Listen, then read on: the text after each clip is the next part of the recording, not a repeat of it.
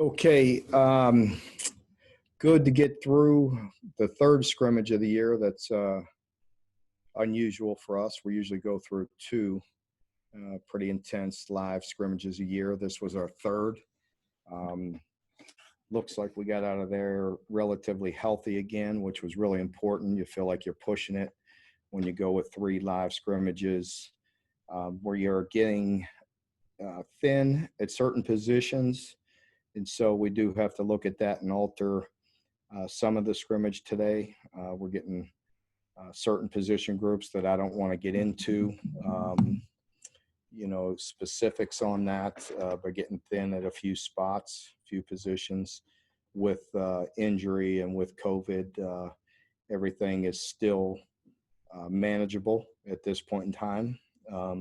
But it does get you a touch thin when you're going 3 and 4 groups and getting into a heavy scrimmage. So overall, very pleased with getting it in and getting some live action, getting some more looks, getting Terry under center again, taking those snaps and continuing to get the rust off. And so overall, very productive day. Josh. Hey, Mark, on the subject of health, in the past, you've been pretty forthcoming, I think, about injuries and things like that. Obviously, the COVID is a different wrinkle, and you got to handle that more delicately. Do you have a plan in mind for game days on how you're all going to address, like, will there be like a list of players that are available on game days, or do you kind of have an idea of what that's going to look like? Yeah, it's a great question, Josh.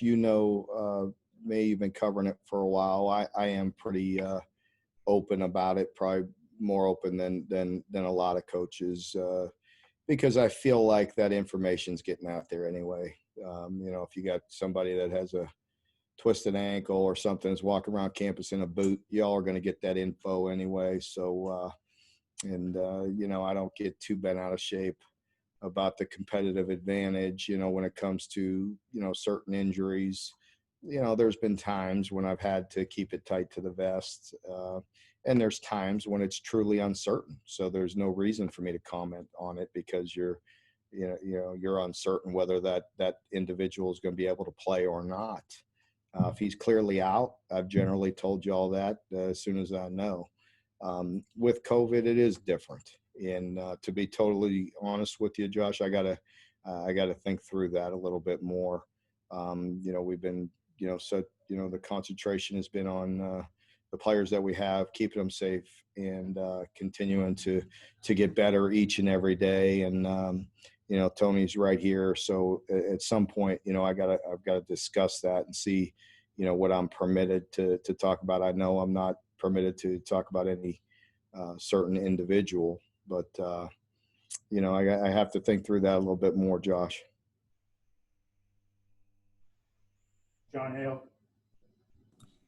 Mark, you mentioned getting thin at a few positions. We've already heard from some teams who are saying there are 20, 30 players unavailable because of contact tracing and all those things.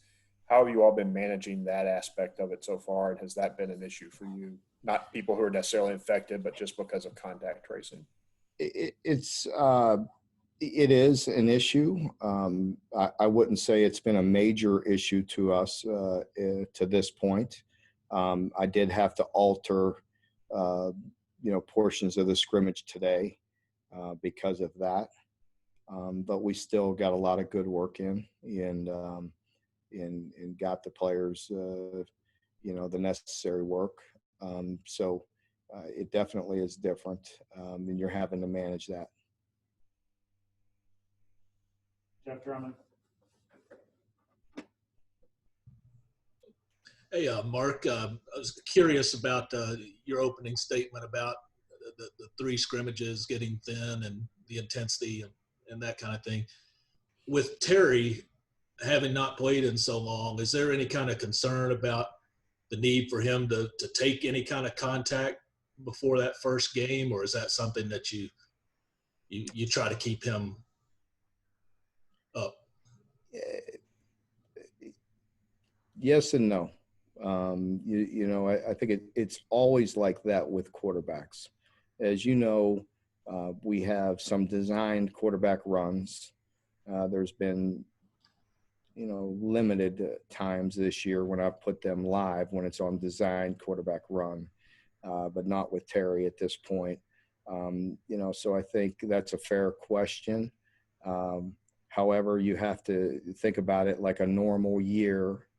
And, I can't speak for the whatever, 100 and how many Division One, how many 130 schools. I can't speak for all of them because I don't know what they're doing, but I would imagine 99% of them stay away from their quarterback, throughout camp. And we all managed to go into the first game. Is it a concern? Sure. I think Terry would admit that.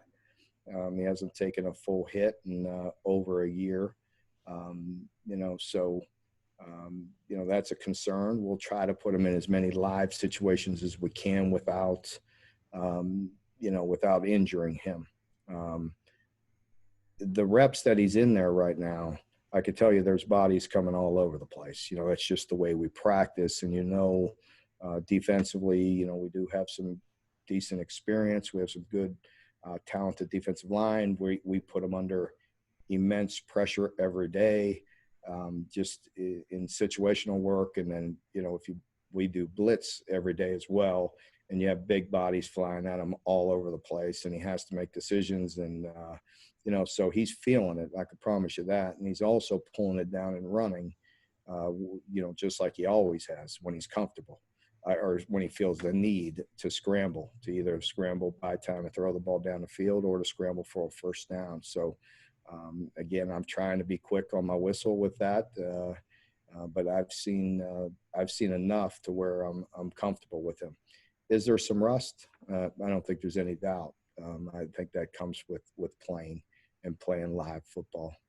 So that was a long answer for you that I really danced around it, didn't you? But bottom line is we'll continue to be careful with them. No, I don't think I'll go completely live with them at all this camp. I don't think that'd be very smart. Derek? Mark, like you said, you're just 2 weeks out from playing. Because of that, how did you kind of balance those first team reps today with it being so close to game day? Well, we went as usual with the ones and twos, just not as many sets, not as many plays. We had a couple long drives, which I wanted to see because I wanted to gauge their conditioning, and I feel good about that. But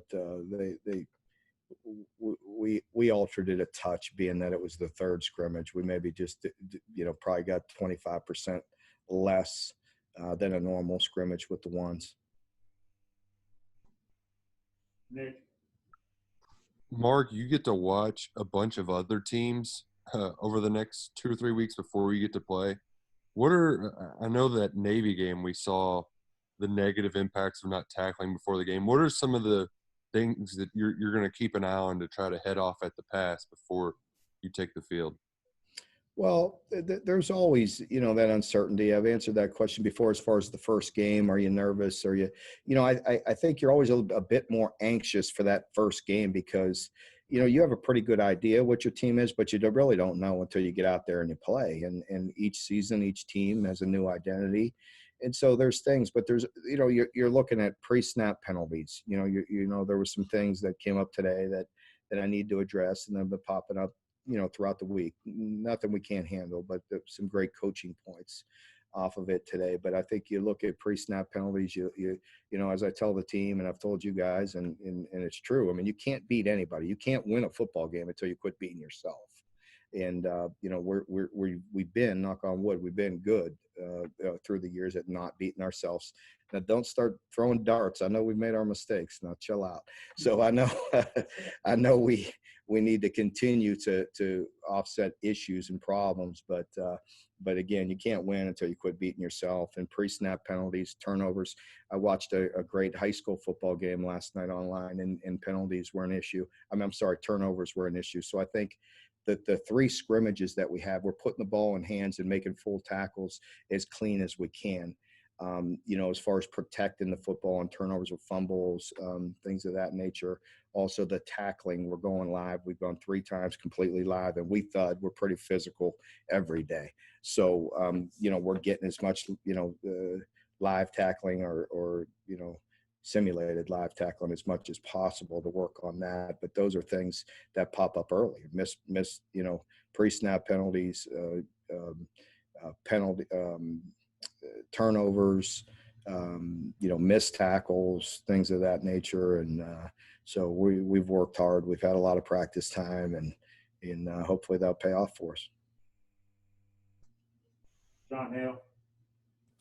Mark, have you gotten to the point where you're starting to see some separation among that receiver group, guys stepping up to join Josh on that first line? There's been different guys from day to day. They have really worked hard as a group. And there were some nice catches out there today. Some guys have stepped up. So, we'll continue to work with them. Curtis.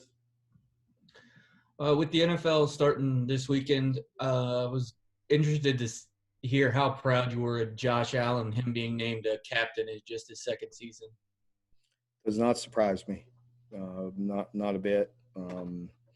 He's well equipped to be a leader anywhere, whether it's in sports on a football team or being a CEO somewhere. So he's well equipped. Proud of him. Lonnie.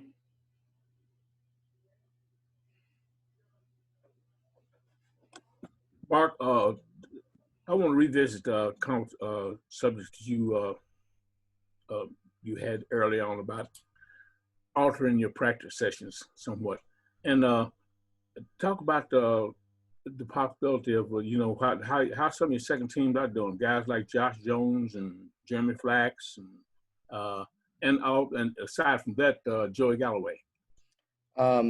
Joey's doing really good. He and Bo both had a good scrimmage today, I thought. Very comfortable. Josh Jones, we have high hopes for. He's one of those guys that got quite a bit of reps today that needs the work. Same with Jeremy Flax. I think Jeremy has shown some really good signs. We're excited with what we recruited, and really all those guys. So that's the good thing. Going back to the previous question with the ones, maybe getting a touch less today than they normally would. But we really got a lot of work with some of the younger guys. But because, again, I've talked about this each and every day with this situation that we're in this year, you don't know how you're going to get hit.